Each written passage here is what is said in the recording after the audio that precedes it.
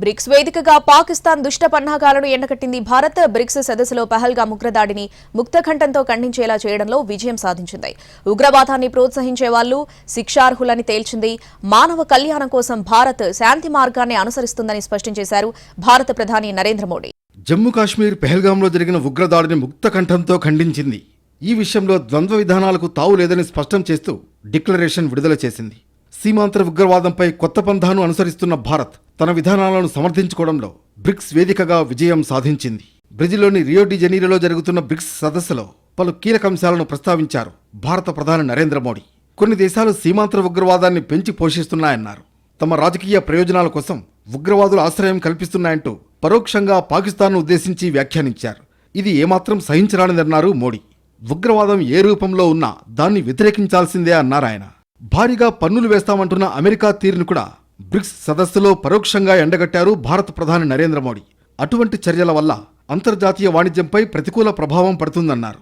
Supply chain దెబ్బతింటుందన్నారు మోడీ. ఐక్యరాజ్యసమితి భద్రతా మండలి, బ్రిటన్ వుడ్స్ వంటి అంతర్జాతీయ సంస్థలను పరోక్షంగా ప్రస్తావిస్తూ వాటిలో తక్షణమే సంస్కరణలు తీసుకురావాల్సిన అవసరాన్ని గుర్తు చేశారు ప్రధాని నరేంద్ర మోడీ. ప్రపంచంలో అత్యధిక జనాభాకు కీలక సంస్థల్లో తగిన ప్రాతినిధ్యమే దక్కడం లేదన్నారు. గ్లోబల్ సౌత్కు మరింత ప్రాధాన్యం కల్పించాలన్నారు. ప్రపంచ స్థాయి సంస్థలు తమ అంకిత భావాన్ని, విశ్వసనీయతను కాపాడుకోవాల్సిన అవసరాన్ని గుర్తు చేశారాయన. ఇప్పుడు ప్రపంచం ముందున్న సవాళ్లను సమర్థవంతంగా ఎదుర్కోవాలంటే ఇది అత్యావశ్యకమన్నారు. ఇటీవల ఇరాన్పై వైమానిక దాడులను ఖండించారు. సాధారణ పౌరుల భవనాలు, శాంతియుత అణు కార్యక్రమాలను లక్ష్యంగా చేసుకుని దాడులు చేయడంపై తీవ్ర విచారం వ్యక్తం చేశారు భారత ప్రధాని. అంతేకాదు, గాజాలో ఇజ్రాయెల్ దాడులు కొనసాగించడంతో పాటు మానవతా సాయాన్ని అడ్డుకోవడాన్ని తప్పుపట్టారు. ఇటీవల చైనాలో జరిగిన షాంఘై కోఆపరేటివ్ ఆర్గనైజేషన్ SCO సదస్సులో పెహల్గాం ఉగ్రదాడిని భారత్ లేవనెత్తినా పక్కన పెట్టేశారు. కానీ పాక్ ప్రస్తావించిన బలోచిస్తాన్లో ఉగ్రవాద కార్యకలాపాల అంశాన్ని చేర్చారు. దీంతో ఉమ్మడి ప్రకటనపై సంతకం చేసేందుకు భారత్ నిరాకరించింది. దీంతో డిక్లరేషన్ లేకుండానే సదస్సు ముగిసింది.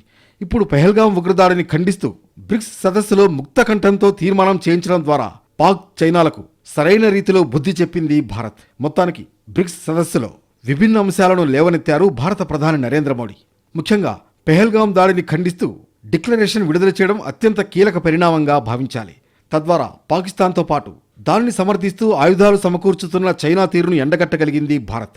ఉగ్రవాదాన్ని ప్రోత్సహిస్తున్న దేశాలపై ఆంక్షలు విధించాలన్న డిమాండ్కు బ్రిక్స్ దేశాల నుంచి సంపూర్ణ మద్దతు కూడగట్టడం భారత్ సాధించిన దౌత్య విజయంగానే పరిగణించాలి.